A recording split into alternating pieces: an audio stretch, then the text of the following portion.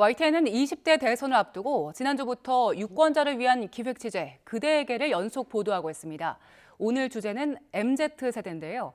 이번 대선에서 여야를 막론하고 핵심 공약층으로 주목받고 있는데 MZ세대 어떤 특징이 있는지 또 정치권은 왜 이 세대를 노리고 있는지 기획탐사팀 박희재 기자와 이야기 나눠보겠습니다. 어서 오세요.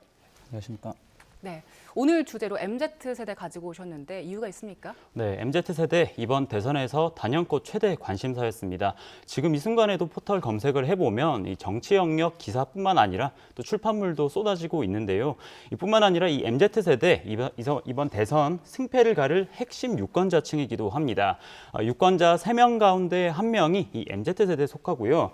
또 투표 의지도 높고 저희가 그대에게 4편에서 다뤘던 대로 여론조사에서 이 지지 후보를 정하지 못한 부동층 비중 가장 높게 나오고 있습니다. 이 때문에 여야 막론하고 대선 캠페인에서 이 MZ세대를 겨냥한 이 득표 전략 많이 나오기도 합니다. 이렇게 많이 쓰이다 보니 저희도 어느 순간 자연스럽게 MZ 묶어서 많이 표현을 하고 있는데요.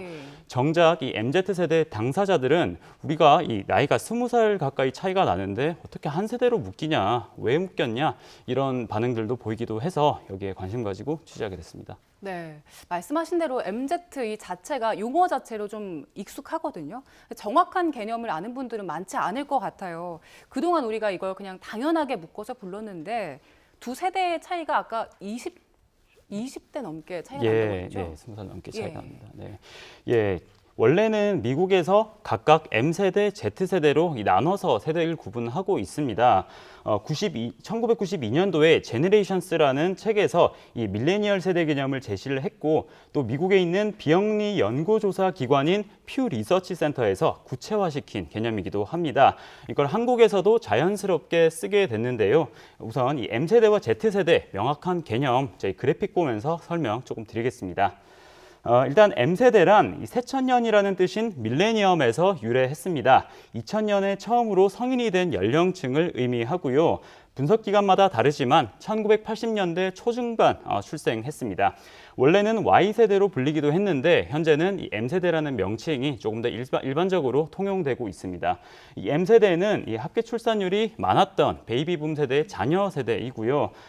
당시 출산율을 고려하면 그래서 태어난 숫자도 많습니다.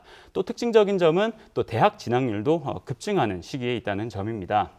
그 다음은 Z세대입니다. Z세대는 M세대처럼 이 별다른 의미는 없는데 이 Y세대 다음이라서 XYZ 그래서 알파벳 순서에 따라 명명이 됐고요. 마찬가지로 분석 기간마다 1, 2년씩 차이는 있지만 보통 1997년이나 98년 이후에 출생한 세대를 말합니다.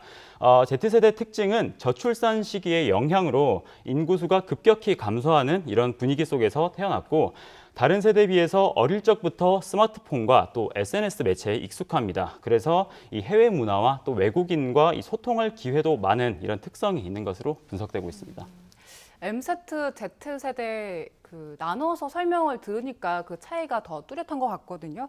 서로의 관심사도 다르고 할 텐데 후보들 공약 중에서도 관심사가 좀 다르다고요?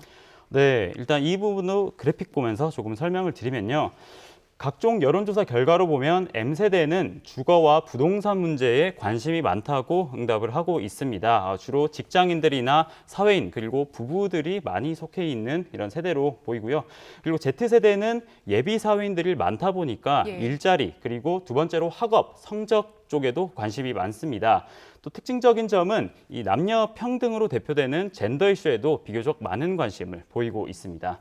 또 경기도에서 거주민들을 대상으로 조사한 결과를 보면 M과 Z세대가 결혼에 대한 인식에도 각각 차이를 보이고 있습니다.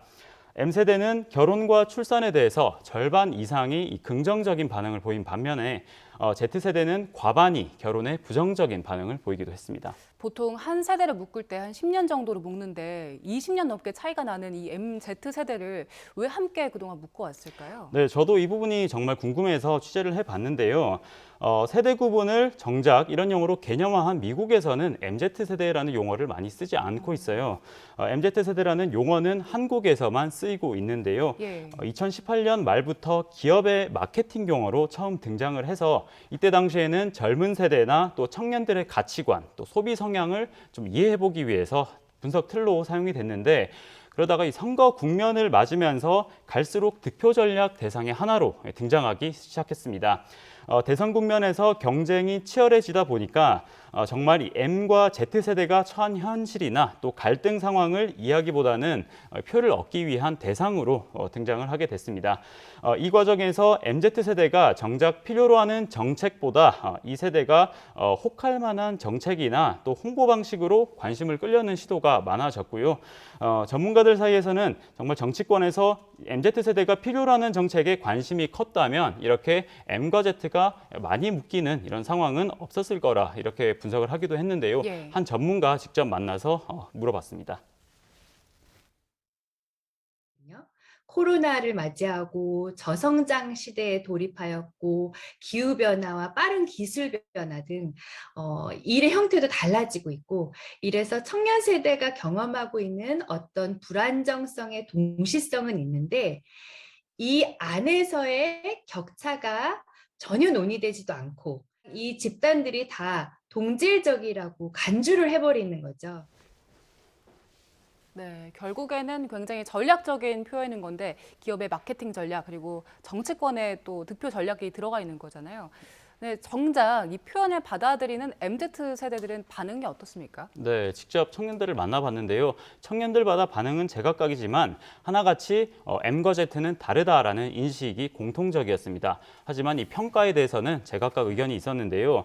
이렇게 MZ세대가 묶여서라도 정치권에 많이 호명이 되고 또 정책 입안 과정에서 고려가 되면 결국 좋은 거 아니냐 이런 반응도 있었던 반면에 세대를 억지로 구분지어서 MZ세대와 또 기성세대를 가르는 이런 득표 전략에 대해 부정적인 반응도 보였습니다. 또 이 같은 맥락에서 이번에 이대남과 이대녀를 정치권에서 억지로 구분지어서 서로를 적으로 만드는 것 같다면서 이런 거부감을 보이는 반응도 있었습니다. 관련해서 청년 단체 대표 한 명 만나봤습니다. 직접 들어보시겠습니다. 왜냐하면 그 안에 정말 다양한 정체성과 서사들이 존재를 하는데 그것들을 다 희석시키고 기성세대와 청년세대와의 갈등을 부각시키는 데 있어서 기성세대 반대급부로 이 MZ세대라는 이 관념을 가져왔다고 생각을 하거든요. 그리고 이대남이라는 이 호명도 마찬가지라고 생각해요. 청년들을 위한 정치인이라면 더 창의적인 방법으로, 더 공존할 수 있는 방법으로 더 좋은 정책들을 만들 수 있는가를 고민해야 한다 이렇게 생각합니다. 네, 마지막으로 이 세대론 자체에 대한 부정적인 반응도 있었습니다. 과거와 달리 과거에는 산업화나 민주화 또 6.25 전쟁과 같은 이 커다란 사건을 대중매체를 통해서 공통으로 경험하는 그런 시간들이 있었다면 현대 21세기에서는 세대 안에서도 기후나 또 소수자, 양극화 등 제각각의 지향성과 또 가치관으로 분화가 돼 있어서 M세대, Z세대 안에서도 이제 많은 사람이 다르다 자체에 이제 의문을 제기하는 유권자 반응도 있었습니다. 그래서 정치권이 이렇게 변화된 세대 현실에 조금 더 진정성 있게 관심을 가져달라 이런 반응도 있었습니다. 네, 오늘 이야기 고맙습니다. 지금까지 기획탐사팀 박희재 기자와 함께 MZ세대에 대해서 이야기 나눠봤습니다. 고맙습니다.